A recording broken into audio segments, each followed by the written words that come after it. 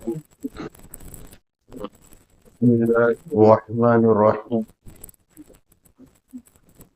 نحمده ونصلي على رسوله الكريم أما بعد قال النبي صلى الله عليه وسلم الإمام وقال النبي صلى الله عليه وسلم كلكم راع وكلكم مسؤول عن رعيته أو كما قال عليه الصلاة والسلام صدق رسوله الكريم. محترم حاضرین، الحمدللہ رمضان مبارک کی آمد پر اللہ تعالیٰ کا شکر ادا کرتے قدردانی کی دعا کرتے رہنے چاہیے کہ اللہ تعالیٰ ہمیں خوب قدردانی کی توفیق اور ہمارے رمضان المبارک میں جمعے کے بعد جو دوسرا جمعہ آئے گا رمضان کو رمضان المبارک میں دو عبادت خاص طور دن میں روزہ اور رات میں تراویح. آج کا ہمارا موضوع تراویح کے مطابق اور اس عنوان کا نام یہ رکھا گیا کہ حفاظ کرام اور ان کے مقدس کی ذمہ داری. وہ حفاظ جو تراویح میں قرآن پاک سے نہیں گے، تراویح میں آمد ان کو ملے، وہ ان کی کیا ذمہ داری، اور پھر ان کے پیچھے جو تراویح پڑھنے والے مقتدی افراد ہیں کیا ذمہ داری ہیں. وقت رہا انشاءاللہ دونوں پر گفتگو ہو جائے گی، اور جتنی بھی گفتگو اللہ تعالیٰ اس پر ہمیں توفیق عطا فرمائے. قبل اس لیے کہ ہم اس موضوع کو شروع کریں، تمہید کے طور پر بطور قاعدہ کلیہ یہ بات سمجھنی ہے کہ انسان کی کامیابی، انسان کی زندگی میں خوشی، انسان کی زندگی میں سکھ، اس کا مدار دو چیزوں پر. نمبر ایک، انسان کا اپنی ذمہ داریوں کو جاننا، سیکھنا، اور پھر ان ذمہ داریوں کو ادا کرنے کی فکر و کوشش، نہ کہ اوروں کی ذمہ داریاں جاننا اور ان کو تعلق کہ تمہاری ذمہ داری تمہاری، صرف اپنی ذمہ داری پر توجہ اور ضرورت کہ میری کیا ذمہ داری ہے. بحیثیت ایک بحیثیت ایک بیٹا، بحیثیت ایک بھائی، بحیثیت ایک اور بحیثیت یہ کیا ذمہ داری. اور دوسری چیز کہ میرے اوپر اللہ تعالیٰ نے جو حقوق وابستہ کیے ان حقوق کو جاننا کہ کس طرح سے وابستہ ہے، کیا وہ حق ہے، اور پھر ان لوگوں کی ان حقوق کی ادائیگی نہ یہ میرا مقام یہ نہیں. یہ دو چیز جب ہم سے ان دو معاملات میں کی ہوتی اختلاف اور لڑائی، لہذا دو بھائیوں میں اختلاف کسی بنیاد پر، ذمہ داری یہ ہے میرا حق، بڑا بھائیوں تم بڑا بھائی اپنی ذمہ داری بھول رہا ہے، چھوٹا بھائی اپنی ذمہ داری، اور دونوں ایک دوسرے کی ذمہ داری یاد کرو. بڑا بھائی چھوٹے کے حقوق بھول رہا ہے، چھوٹا بڑے کے حقوق بھول رہا ہے، اور ایک دوسرے کے حقوق یاد، لڑائی پیدا. دو پڑوسوں میں لڑائی کی وجہ اور آپس میں لڑائی، دیورانی جٹھانی میں لڑائی کی وجہ کہ ناشتہ بناتے رہتی اور روٹی بناتے رہتے، اور جانے کا موقع نہیں ملتا، 2 سال ہو گئے کہیں گئے ہوئے، اور جاتی رہتی ہے. جہاں انسان نے اپنے حقوق کا مطالبہ کیا لڑائی ہوگی، جہاں انسان نے دوسرے کو اس کی ذمہ داری یاد دلائی لڑائی ہے. اور جب تک انسان اپنے حقوق، اپنی ذمہ داریوں کی ادائیگی کی کوشش کر رہا اور دوسروں کے حقوق کی ادائیگی لڑائی، اور اس کا بدلہ دنیا نہیں اللہ تعالیٰ. آسان نہیں، صبر کرنا پڑتا ہے، تحمل، برداشت، چشم پوشی، نظر انداز کرنا پڑتا ہے. تب جا کر یہ دو صفات، دو خوبیاں پیدا ہوتی ہیں. یہ انبیاء علیہ الصلوۃ والسلام کی ذرا یاد کو کی حضرت یوسف علیہ السلام کا نہایت مشہور واقعہ کہ جب ان کے بھائیوں نے حضرت یوسف علیہ السلام کو کنویں میں ڈالا اور کتنے سال اپنے ماں باپ سے جدا رہے اور کس ظلم و ستم سے ان کو دوچار ہونا پڑا، کیا ایسا واقعہ کبھی پیش آیا ہوا؟ بھی کتنا عرصہ لگا اس ظلم میں رہتے ہوئے حضرت یوسف علیہ السلام والد کو کتنی تکلیف، پیغمبر ہو کر ان کی آنکھوں کی بینائی جانے قرآن میں ان کی شہادت کی ہے۔ جب ان 10 بیٹوں نے ایک جملہ بولا، سوری، بس SORRY، اپنی زبان میں بولا، عربی زبان میں، حضرت یوسف علیہ السلام کا دوسرا جملہ جو تھا وہ یہ تھا، تقریبا علیکم اليوم، میں نے معاف کر دیا۔ ختم۔ یہ نہیں کہا کیا بول ایک لفظ سوری بول کر میں تمہیں معاف کر دوں، حساب کتاب لوں گا، میرا جائیداد کیا کیا کھایا، کیا کیا پھرا، کیا کیا دیکھیے پائی کا حساب لوں گا، اپنا درد سناؤں گا، تکلیفیں سناؤں گا، نہیں۔ پیغمبرانہ شان، پیغمبرانہ ذمہ داری تھی، خود کو مجبور کرا ڈالا، تصریف۔ یہی 10 بچے، اور یہ کون ہے؟ حضرت یوسف سے بھائی نہیں، پیغمبر۔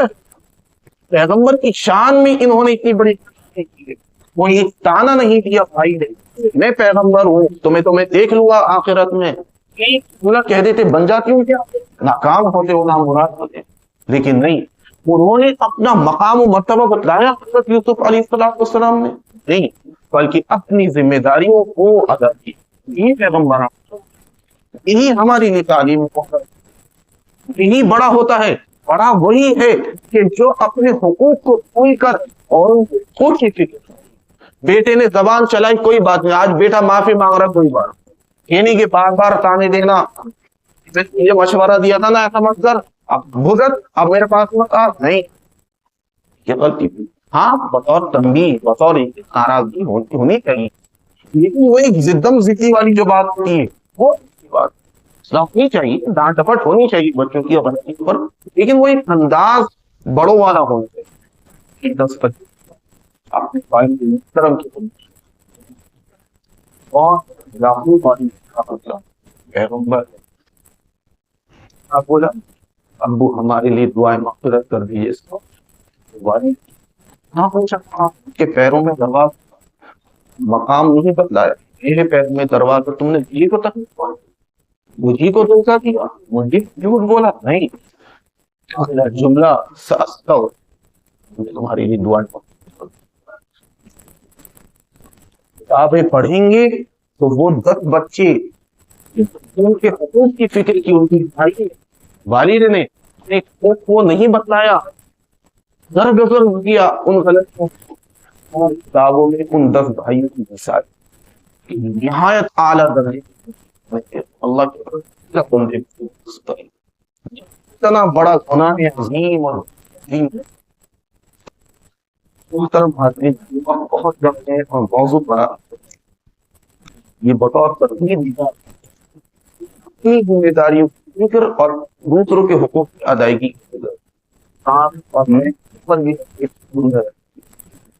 آپ کا حق مارا، لیکن آپ کو فکری کی، آپ کو فکری کہ میں کسی کا حق کو نہیں مار رہا ہوں، آپ کہنے چاہیے انزائٹ میں انسان کے پاس ابھی آتا جب انسان اپنی خود کی فکر کرتے رہتا، وہ انسان دوسروں کے حقوق کی ادائیگی کی فکر کرے گا تو سکون ہوگا۔ بذکر اللہ تطمئن القلوب، قرآن اور احادیث ان مضامین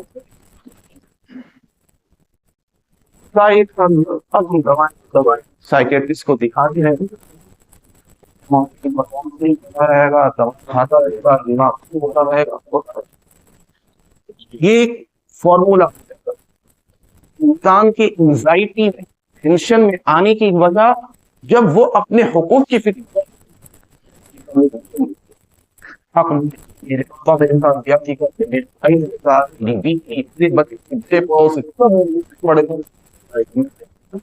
جب وہ یہ سوچے گا کہ میں نے اپنی امی کا حق ادا کیا، میں نے اپنے ابو کا حق ادا کیا، میں نے اپنے بھائی کا حق ادا کیا، انہوں نے کیا نہیں کہ واللہ اعلم،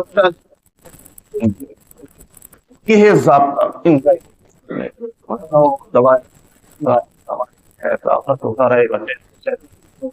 کچھ نہیں کرا۔ اب ہم اپنے آپ سے موضوع پر آتے ہیں، تمہید کرنے کی بات۔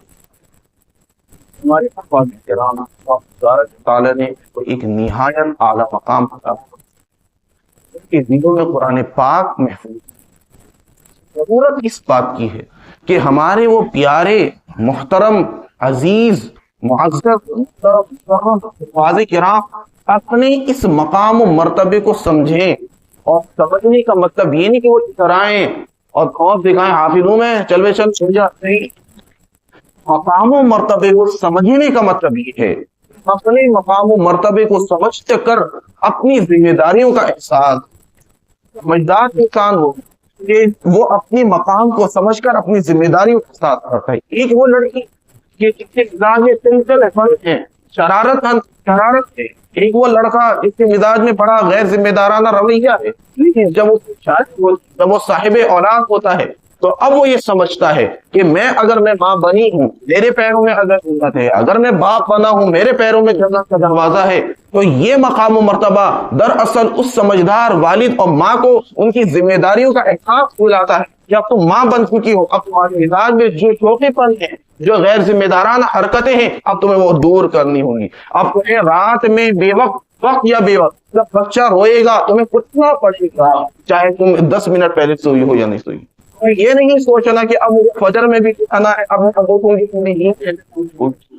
تو سمجھدار انسان وہ ہے کہ وہ اپنے مقام و مرتبے کو سمجھ کر اطاعت نہیں ہے، بلکہ اپنے مقام و مرتبے کو سمجھ کر اپنی ذمہ داریوں کو جاننے کی کوشش کرتا ہے کہ اگر اللہ تعالیٰ نے مجھے اتنا اونچا مقام دیا تو میری ذمہ داریاں کتنی ہوں گی اور کتنی بلند، اور مجھ سے میری ذمہ داریوں کے بارے میں پوچھا جائے گا، مجھ سے یہ نہیں پوچھا جائے گا کہ تمہارے مقام و مرتبے کی رعایت اور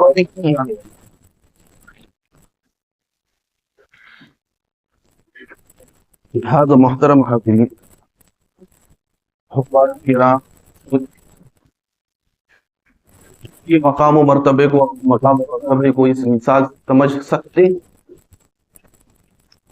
کہ یہ جو حفاظ بنتے ہیں یہ اپنی مرضی سے حافظ نہیں بنتے، اپنے والدین کی وجہ سے بھی، یہ استاد اور مقررین اور علماء کی نصیحتوں سے بھی نہیں بنتے۔ دراصل انتخاب صرف اور صرف من جانب اللہ ہوتا ہے۔ اللہ تعالی انتخاب کرتے ہیں چند لوگوں کا، چند انسانوں کا، کہ ان کے قلوب میں مجھے اپنا افضل الکلام محفوظ ہے۔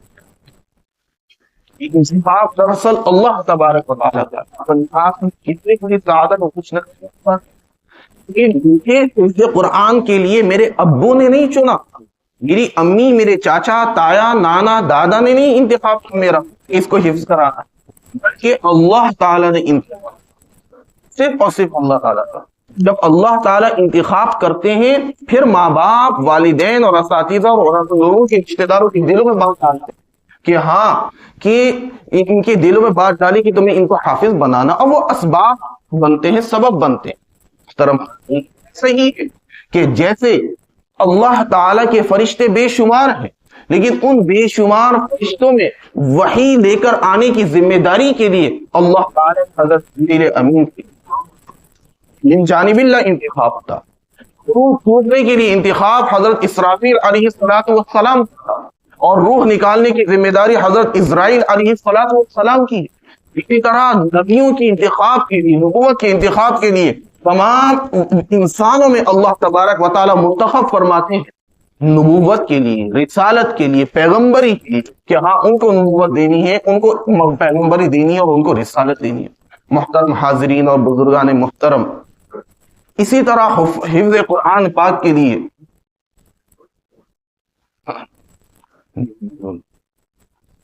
بہرحال آپ سب یہی متوجہ رہیں، اللہ تعالیٰ۔ تو حفظ قرآن پاک کے لیے اللہ تبارک و تعالیٰ کی طرف سے انتخاب ہوتا ہے۔ محترم حاضرین، لہذا دلیل یہ کہ والدین کے تو 3 بیٹے، اور والدین کو مقام و مرتبہ پتا ہے کہ حافظ قرآن کا مقام کتنا اونچا ہے، اس کے باوجود وہ تینوں کو حافظ، معلوم یہ ہوا کہ یہ اختیار صرف اور صرف اللہ تعالیٰ کے قبضے میں۔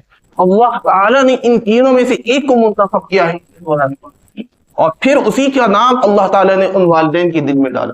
کسی کا بڑا بیٹا حافظ، کسی کا منزلہ بیٹا حافظ، کسی کا تیسرے نمبر کا بیٹا حافظ، کسی کا سب سے چھوٹے نمبر کا حافظ. یہ سب کچھ یہ جو سلسلہ ہے یہ ہمیں اور آپ کو بتا رہا ہے کہ انتخاب حاضرین من جانب اللہ ہے. اور جب من جانب اللہ انتخاب ہے تو اپنے آپ میں بہت بڑی مقام و مرتبے کی بات ہے. بس ضرورت ہے حفاظ کرام اپنی اس مقام و مرتبے کو سمجھ کر اپنے ذمہ داریوں کو نبھانے کی کوشش کریں. لہٰذا ہم نے ایک حدیث شریف پڑھی، بلکہ حدیث شریف کا ایک چھوٹا سا ٹکڑا پڑھا، الامام ضامن، کہ امام جو ہے اس کے اوپر ایک بہت بڑی ذمہ داری ہے تمام نمازیوں کی. یعنی اس امام کے پیچھے جتنے نمازی ہیں ان تمام نمازیوں کی ذمہ داری اس امام پر. وہ امام چاہے 5 وقت نماز امام ہو، چاہے وہ صرف رمضان میں تراویح پڑھانے کی ذمہ داری امام. اگر تراویح پڑھانے میں اس حافظ قرآن سے کسی بھی طرح کی کوئی غلطی ہوتی ہے اور کوئی گناہ والا کام اس سے ہو جاتا ہے، نماز اگر تراویح خراب ہو جاتی ہے تو صرف اس ایک حافظ کی تراویح پر اثر نہیں پڑے گا. جتنے نمازی پیچھے پڑھ رہے ہیں سب کی تراویح کا جواب اس ایک حافظ کو دینا پڑے گا، جسے اس ذمہ داری کا احساس ہی نہیں. محترم حاضرین، مسئلہ ایسا ہے، ہمارے حفاظ کی شکایت ہوتی کہ جی ہم پر اشکال کرتے ہیں، پریشان کرتے ہیں تراویح میں.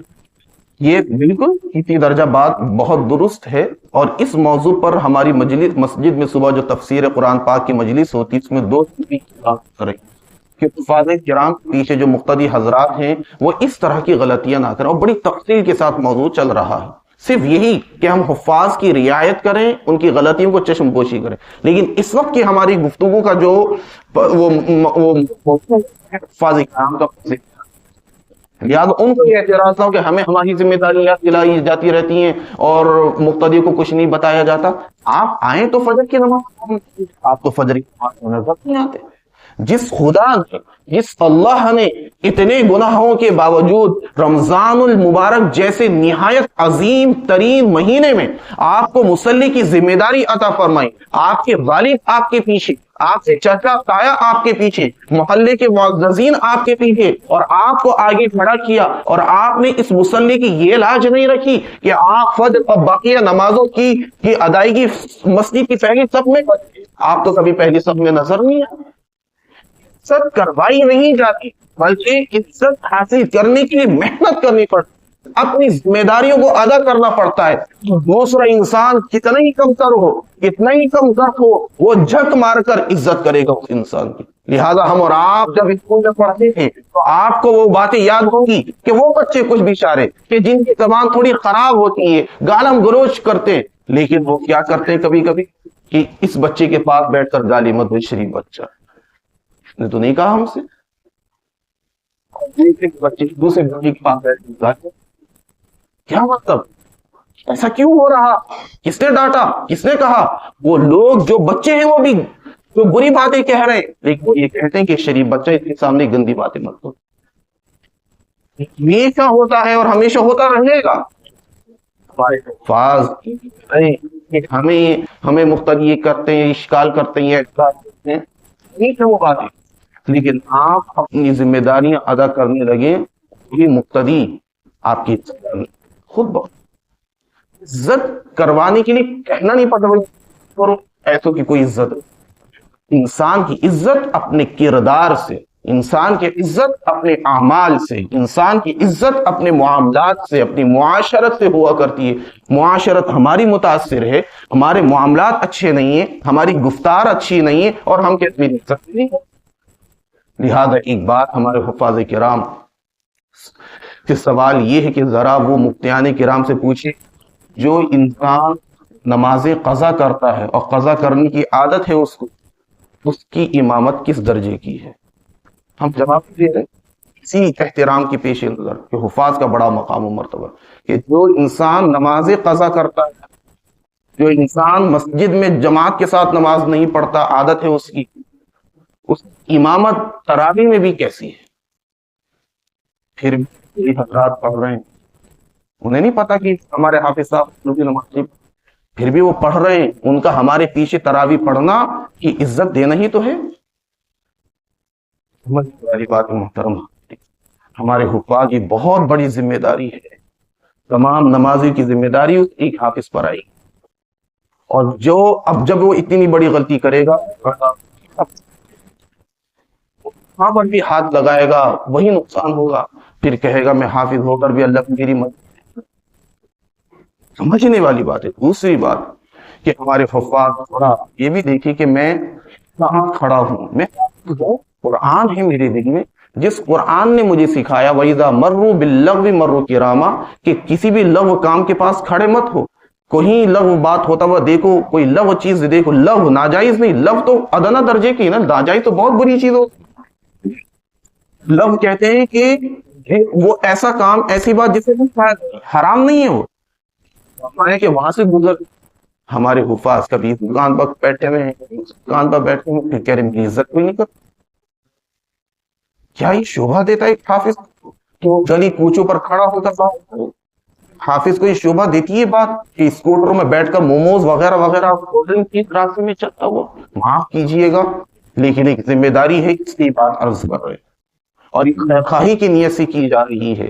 اور خیرخواہوں کی علامت بہرحال کہ ان کو خیرخواہ سمجھا جائے جو ہماری کمیاں ہمیں, تو یہ بڑا مسئلہ ہے. اور ذمہ داری اب وہ تراویح پڑھائیں گے, جواب دینا پڑے. تو نمازوں کی پابندی, حافظوں کو پہلی صف میں کھڑا ہو کر نظر آنا چاہیے. اس صورت میں مطلب کیا, کبھی امام کو عذر پہ مثلا وہ ہوتا ہے بہت سی مرتبہ مسجدوں میں ایک دم اچانک عذر پہ آ گیا کہ وہ نماز نہیں پڑھا رہا ہے. وہ آیا ہے لیکن وہ نماز نہیں پڑھا سکتا. اب وہ دیکھ رہا ہے کس کو پڑھاؤں. وہ کٹ کر سکتے ہیں کوئی کہ وہ ایک دم فجر کی نماز پڑھا دے, سینے چھوڑ. اور اب مقتدی کو اعتراض ہوگا کہ امام صاحب آپ نے کس حافظ صاحب کو کھڑا کر دیا, یہ تو ایسے اور ایسے ہیں. یہ کمیاں ہیں ہمارے اندر محترم. اس لیے ہمارے حفاظ کیا وہ اپنے اندر یہ قابلیت محسوس کرتے ہیں کہ اگر کسی بھی مسجد کے امام صاحب اچانک ان سے یہ کہہ دیں بھائی 2 دن کی نماز پڑھا دو, فجر کی نماز پڑھا دینا, اچانک ایک دم پڑھا دیں گے سنت کے طریقے پر. اب وہ پڑھا نہیں سکتے, اپنے بھی عزت بھی نہیں کرتا. بس ہم یہیں پر اپنی بات پوری کرتے اور انشاءاللہ تعالی آئندہ جمعہ باقی جو باتیں وہ عرض کریں گے کہ ہم اپنی ذمہ داریوں کو سمجھیں, اپنی ذمہ داریوں کی ادائیگی کی فکر کریں. کسی کو اس کی ذمہ داری کا احساس دلانے کی کوئی زیادہ ضرورت ہے. جب وقت آتا ہے اصلاح کا تب ہم کریں, اور اپنے حقوق اور اپنے مقام کو کم یاد کریں, اوروں کے حقوق کی زیادہ فکر کریں. اللہ تعالیٰ نے ایک امام سے کہا ہے کہ تم مقتدیوں کی رعایت کرو. بتائیے, یہ ہے ذمہ داری. تو ایک تفصیلی موضوع ہے جس پر ہمیں ہمارے حفاظ کو محنت کرنے کی ضرورت ہے. لیکن ہمارے حفاظ پورے سال حقہ پیتے ہوئے نظر آئیں گے, سگریٹ پیتے ہوئے نظر آئیں گے, شادی میں گھومتے ہوئے نظر آئیں گے, باہر دلی سے باہر گھومنے چلے جائیں گے. نہ ان کے اندر تمیز ہے, نہ ان کا لب و لہجہ اچھا ہے, نہ ان میں کوئی ایک شان نظر آتی ہے کہ قرآن دل میں ہے تو نورانیت سے محسوس ہو. نہ وہ مسئلے مسائل سیکھنے کی کوشش کرتے, نہ اپنی ذمہ داریوں کو سیکھنے کی کوشش کرتے ہیں. کچھ نہیں, بس ایک دم مصلی پر آ کر ٹپک جائیں گے, اللہ اکبر اور بس وآخر دعوانا اور شاندار دعوت ہوگی اپنا, وہ بریانی بھی اور یہ بھی اور وہ بھی. امام صاحب آپ کو ضرور آنا ہے, آپ کو ضرور آنا. افسوس ہے ایسی مجلسوں پر, ایسی دعوتوں پر. شرم آنی چاہیے ایسے حافظوں کو, انہیں رونا چاہیے کہ میں نے تراویح پڑھائی, میں تو اس حق میں تو حقدار تھا ہی نہیں. میں راتوں میں ٹی وی دیکھتا ہوں, میں فلمیں دیکھتا ہوں, میں نامحرموں کو دیکھتا ہوں, اور میں نماز پڑھا رہا ہوں. اتنی ہمت اور اتنی جرأت, پھر میں دعوتیں کر رہا ہوں. یہ بھی تیسری کمی ہے کہ جو ٹی وی دیکھ رہا ہے, جو سیریل دیکھ رہا ہے, جو ولاگز دیکھ رہا ہے, جو ریلز دیکھ رہا ہے, جو شارٹس دیکھ رہا ہے, پوچھیں بڑے مفتیان کرام سے کہ اس کی امامت کس درجے کی. آخر دعوانا ان الحمد للہ رب العالمین.